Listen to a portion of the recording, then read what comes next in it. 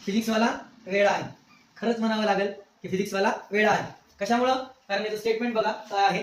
JEE आणि नीट ची तयारी ही 11वी बारावी पासून नाही होत, तर ती 6वी 7वी 8वी पासूनच होती. पण हे कोणावर अवलंबून आहे? ज्या त्या विद्यार्थ्यांच्या पालकावर अवलंबून आहे.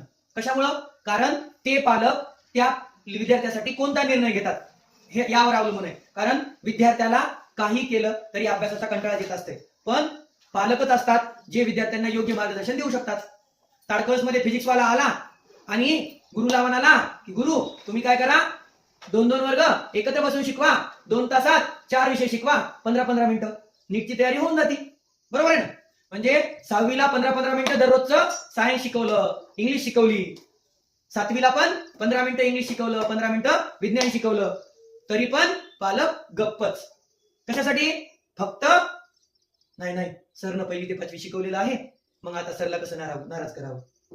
1ली ते 5वीच्या पुण्याच्या बेसवर 6वी 7वी 8वीला पाप करायचे. हे कोण शिकवलं? सर्वात महत्वाचं आहे की पुढच्या स्पर्धेमध्ये आपला विद्यार्थी टिकणं, आणि त्यासाठी आपल्याला आपल्या विद्यार्थ्याचं सायन्सचं बेसिक आणि इंग्लिशचं बेसिक पूर्ण करणं आवश्यक आहे. विनाकारण भावनिक होण्यात आमचे सर म्हणण्यात अर्थ नाही. आता मी 9वी 10वीला विद्यार्थ्यांना शिकवतो आणि नंतर 10वी नंतर म्हणतो की 11वी 12वीला माझ्याकडेच या, मी तुम्हाला फिजिक्स केमिस्ट्री बायो आणि नीटची तयारी करून घेतो. किती जण थांबतील माझ्याकडं? साहजिकच थांबणार नाहीत, आणि मी पण थांबून घेणार नाही. कशासाठी? कारण मला माहित आहे की माझा विद्यार्थी हुशार आहे आणि त्याला नेमकं कुठं पाठवायचं. ज्या ठिकाणी मला काय करता येईल, माझ्या विद्यार्थ्याची पुढची प्रोग्रेस दिसेल त्या ठिकाणी मी त्याला पाठवून देईन. हे एका चांगल्या शिक्षकाचं कर्तव्य आहे की आपल्या हुशार विद्यार्थ्याला पुढच्या अभ्यासासाठी आणखीन चांगल्या क्लासेसमध्ये पाठवणं, स्वतःहून सांगणं, न की विद्यार्थ्याला धरून ठेवणं.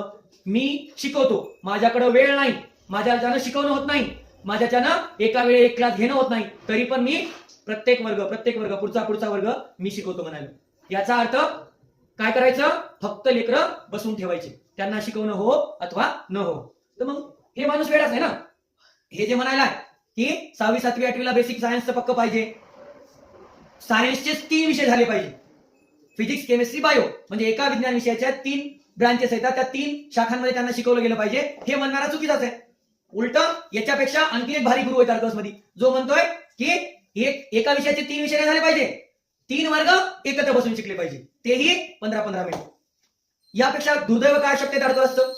आपण 1ली पासून एकत्रच शिकत आलो, आता हिंमत वाढत 6वी वरून 7वी वर गेली, 7वी वरून 8वी वर गेली, आता 8वी नंतर 9वी आणि 10वीचे क्लास मी एकत्र घेतो.